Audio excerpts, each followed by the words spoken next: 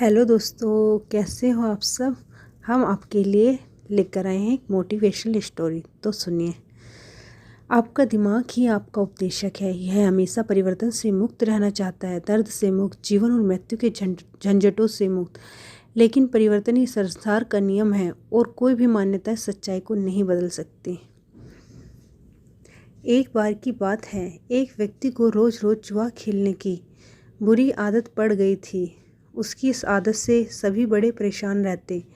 लोग उसे समझाने की भी बहुत कोशिश करते कि वो ये गंदी आदत छोड़ दे, लेकिन वो हर किसी को एक ही जवाब देता, मैंने ये आदत नहीं पकड़ी, इस आदत ने मुझे पकड़ रखा है।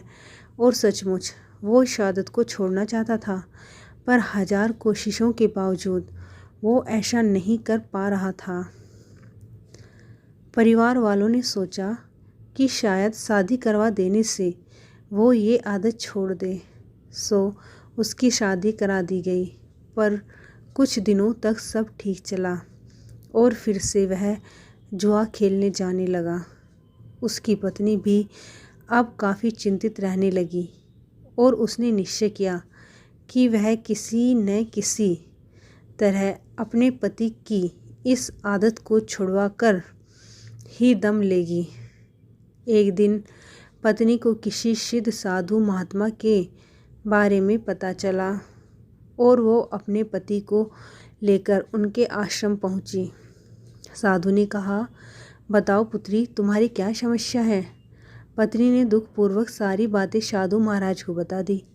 साधु महाराज उनकी बातें सुनकर समस्या की जड़ समझ चुके थे और समाधान देने के लिए उन्होंने पति पत्नी को अगले दिन आने के लिए कहा। अगले दिन वे आश्रम पहुँचे तो उन्होंने देखा कि साधु महाराज एक पेड़ को पकड़ के खड़े हैं।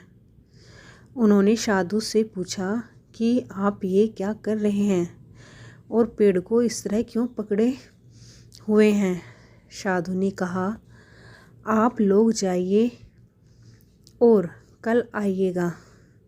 फिर तीसरे दिन भी पति पत्नी पहुँचे तो देखा कि फिर से साधु पेड़ पकड़ के खड़े हैं। उन्होंने जिज्ञासावश पूछा, महाराज आप ये क्या कर रहे हैं। साधु बोले, पेड़ मुझे छोड़ नहीं रहा है, आप लोग कल आना।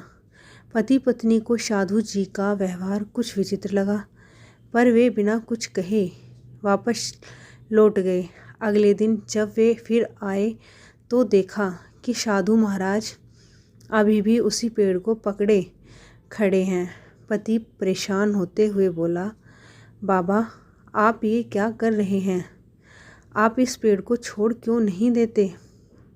साधु बोले, मैं क्या करूं बालक, ये पेड़ मुझे छोड़ ही नहीं रहा है।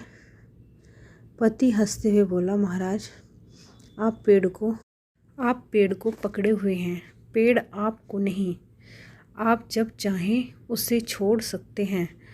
साधु महाराज गंभीर होते हुए बोले, इतने दिनों से मैं तुम्हें क्या समझाने की कोशिश कर रहा हूँ, यही न कि तुम जुआ खेलने की आदत को पकड़े हुए हो। ये आदत तुम्हें नहीं पकड़े हुए है। पति को अपनी गलती का एहसास हो चुका था।